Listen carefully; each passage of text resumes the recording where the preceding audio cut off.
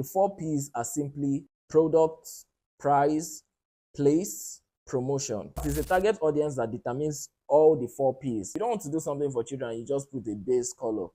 I mean, they are not attracted to it. No matter how great the quality will be, no matter how good it will taste, it doesn't attract them. Price can determine the quality of a product. The price is too cheap that it discourages them. They just feel like the quality will be low. You don't want to be way less than your competitors because you won't make profits. And you don't want to be way above your competitors because you wouldn't make sales. When I was going to start my logistics business, I was based in Lagos, but I looked at it that there's a lot of supply in Lagos already. So coming to add to that supply might not be favorable. Hello guys, welcome to my channel. I believe I should give you value before you subscribe to the channel, right? So today I want to teach you the 4 P's of marketing mix, how to make sure that you sell out on any product that you bring to the market. So there are 4 P's of the marketing mix. If you don't know nothing about marketing, if you don't know anything about how to sell out on your product, if you don't know anything about how to develop a successful product or how to dish out a successful product, these 4 P's of the marketing mix can be a great start for you to start excelling in your business. The 4 P's are simply product, price, place, promotion. I'll give you typical examples how you can use these 4 P's with whatever you're doing, whatever you're selling, or whatever you're bringing to the market. The first P, which you should pay a lot of attention to, is product. Product itself is very important, if not the most important attribute to a successful marketing. The design, the quality of the product, the packaging of the product, the labeling of the product, and every feature, the shape, the size, everything that comes with the product. The quality of the product has to be top-notch. The design of the product has to be top-notch. The packaging of the product has to be something else. Now I'm going to give you an example. Let's say your product is let's use food. Let's say your product is gari, you sell gari. Now, in terms of quality, you should make sure that your gari is without sand, it's clean, it's not dirty. That's the quality. Make sure it's very clean. And then packaging, make sure that you package it in a way that will entice whoever would want to buy. So another thing to focus on when we're talking about the product is the branding. Make sure that the branding is right. Make sure the branding is done properly. And if you sell female wears, some things that females like, you can attach it. It is by nature of color. You can use the color pink, or stuff that that more females are drawn to. So that can help your packaging. If you're selling, let's say, toys, for children, make sure that you're putting, some of these baby characters, on what you're designing. Make it so toyish, make it so childlike, make it attractive to them. Children like things that are very colorful. That's why you see most of the lollipops and candies that sell are those ones that are so colorful. You don't want to do something for children and you just put a base color. I mean, they're not attracted to it. No matter how great the quality will be, no matter how good it will taste, it doesn't attract them. So it's the ones that have colors that attract them. So if you focus on that, on the product aspect, then you're on your way to a very successful product. Let's move over to the next P, which is price. What is price? Basically, price is the value in currency that a buyer is willing to let go of to get a product. The value in currency that a buyer is willing to let go of in order to get a product. Now, price is very critical. Price can determine the quality of a product. I've been somewhere where, I see people trying to buy something and the price is too cheap that it discourages them. They just feel like it's not original. They just feel like the quality will be low. They rather buy, they could have two similar items of different brands and one is way more expensive than the other, and they rather go for the other one because the pricing has already given it a premium perception. So on the other hand, there are some people that same situation, they'll go for the cheaper one. Why? Because they are more moved by their budgets. They are the low income earners or maybe the middle income earners. They don't want to buy something. They don't care if the quality is not so great. They just want it to satisfy maybe their temporary needs, or they just want to manage it, right? So pricing is very key. The price you give your product determines where it stands. As far as the quality is great, determines where it stands in the grand scheme of things. In order to determine your price, you put together your production cost, you put together your marketing cost, you put together every cost that is required in order to make your product. and then you just add an extra fee on it. We call it the profit fee. That gives you the price of your product. And also you can also use your competitors' prices if you want to set price. That's another good way to set a price for yourself. So your pricing can either make or break your product.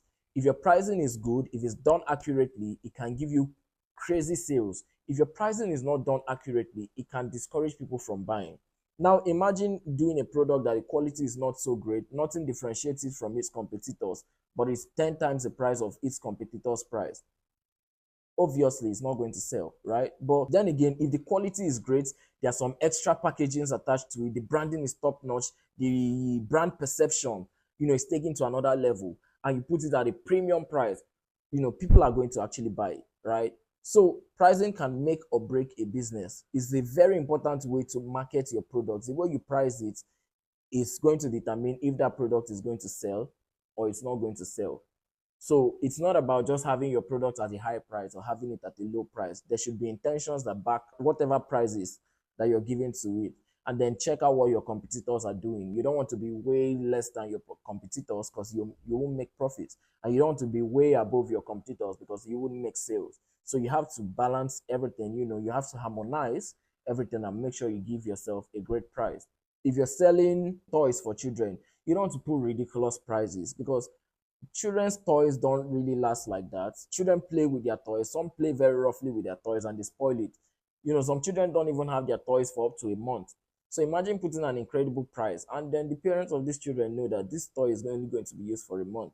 It just does not make some sense. And also, if you consider that your competitors' prices are way lower, so you want to put your pricing in such a way that it fits, what the actual product is in order to guarantee a successful product. So that's the second P and how to use that second P to your advantage. The third P I'll talk about and how to use it to your advantage is promotion. So before going further in the video, please, you guessed right. I would like for you to subscribe to the channel, please. If you think so far you've gotten value, subscribe. But if you haven't, it's fine. Just keep going to the end of the video. Let's see. I'm sure you'll get something that would interest you. So if you've subscribed, let's move on. Thank you so much. Guys, what's business without promotion? You have a great product, you have great price, you have everything set, but you don't promote the business. Maybe just your family is going to patronize you and a few friends that you have if you don't put in time into your promotion.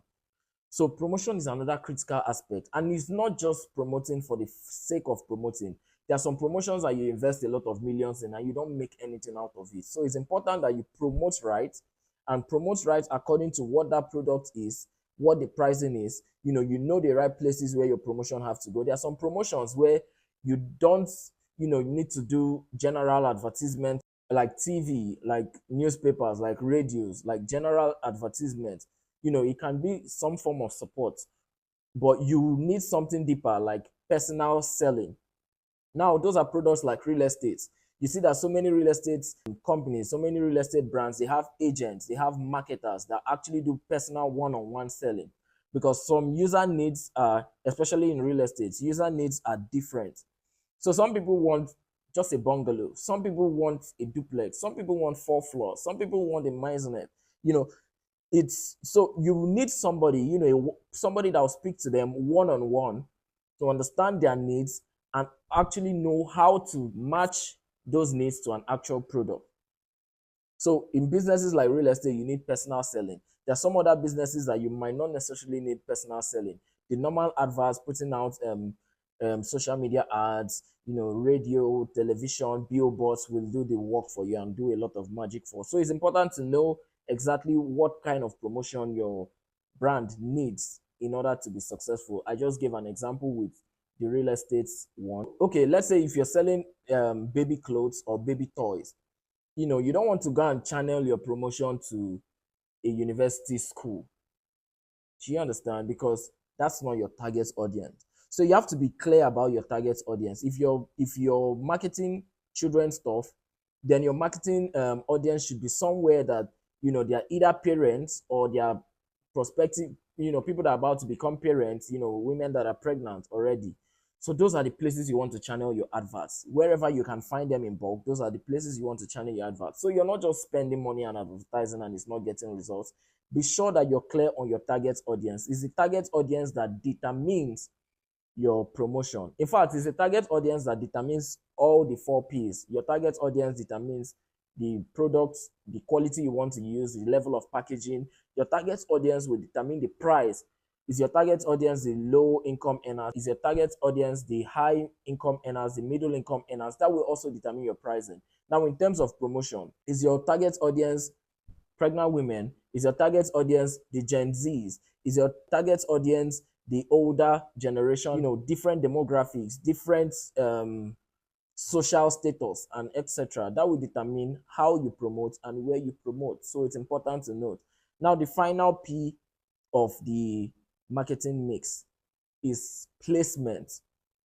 Now, with placement is all about where do you now put these products for people to see? Where is the right place to place it for them to see and actually buy? That's where you determine whether you want to have a physical store where you sell your products, or if you want to sell online and then use dispatch riders. By the way, if you're intending to use dispatch riders, if you want to sell online or whatever the case is, and you need dispatch riders, and you're doing anything in Abia State, right? You can use my company, 2 Seconds Logistics. I'll just put the number real quick below because that's not the exact point of the video, but just in case. So, and for now, we are operating in Abia. We are looking to expand to other states. But if you need our services in Abia, please feel free to reach out to us. Yeah, so with placement, you determine, do you actually need a physical store? Depending on who your target audience is, how can I reach them? Are they online? Mostly.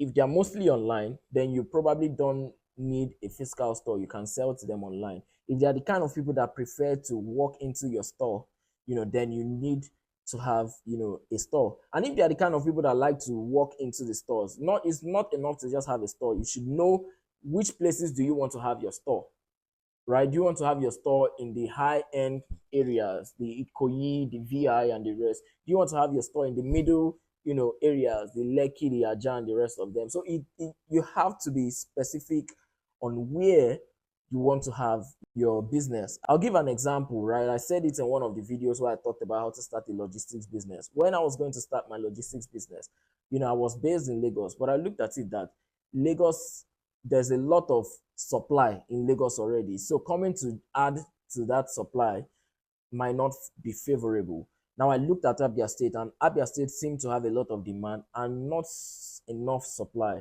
So that seemed like a good place to start. Talking about placement, we said, okay, we have to go and position ourselves in so place. So you look at all of that to determine where the right place to place your products would be for you to guarantee success. Now, if you get these 4 P's right, rest assured that you're on your way to a very successful product. And if you think that you got value so far from what I've talked about, please like this video, comment, share, and most importantly, subscribe to the channel. Please, if you think you're interested in videos like this, you can check out the other videos I've made on my channel and feel free to implement some of the ideas that I talk about. I'm Jim Kelly. It's been nice speaking with you. It's been nice talking to you, and I hope to get feedback in the comment section. Thank you so much. Peace.